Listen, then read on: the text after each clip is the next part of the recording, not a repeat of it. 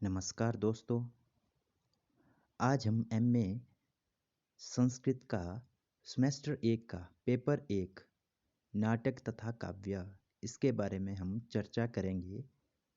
तो दोस्तों, सबसे पहले रेगुलर तथा इक्डॉल वालों के लिए ये 80 नंबर का पेपर आता है और प्राइवेट वालों के लिए 100 नंबर का।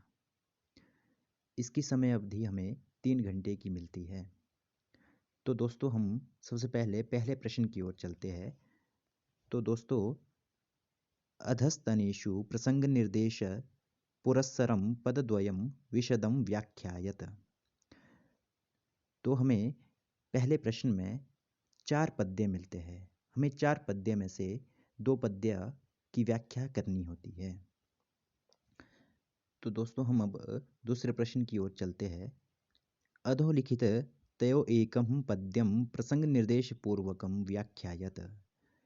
तो हमें इसमें 2 पद्य मिलते हैं। 2 पद्य में से हमें एक पद्य की प्रसंग सहित व्याख्या करनी होती है। अब हम तीसरे प्रश्न की ओर चलते हैं। भवभूतेः संबंधात् बोधर भूरेव भारती भाति एतत्कृत कारुण्ये किम अन्यथा रोदिति ग्रावा इत्यस्य कथनस्य वैशिष्ट्यं सोद्धरणं प्रतिपादयत्।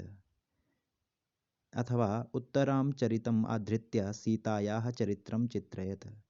तो पहले प्रश्न में भवभूति की ये सूक्ति है जिसकी हमें क्या करनी है, व्याख्या करनी है।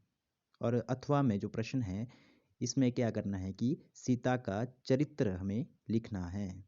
तो ये 20 नंबर का प्रश्न आता है जिसकी हमें व्याख्या करनी होती है। अब हम चौथे प्रश्न की ओर चलते हैं। अधस्तनानां पदद्वयं प्रसंगनिर्देशपूर्वकं सोद्धरणं विशदं व्याख्यायत। तो दोस्तों, इसमें हमें 4 पद्य दिए जाते हैं। 4 पद्य में से हमें प्रसंग सहित 2 पद्य की व्याख्या करनी होती है।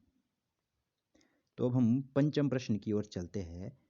पंचम प्रश्न में हमें नैषधीय चरित से प्रथम सर्गम आधृत्य उदिते नैषधे काव्य क्व माघः क्व च भारवी इत्याभाणकं सोद्धरणं प्रतिपादयत।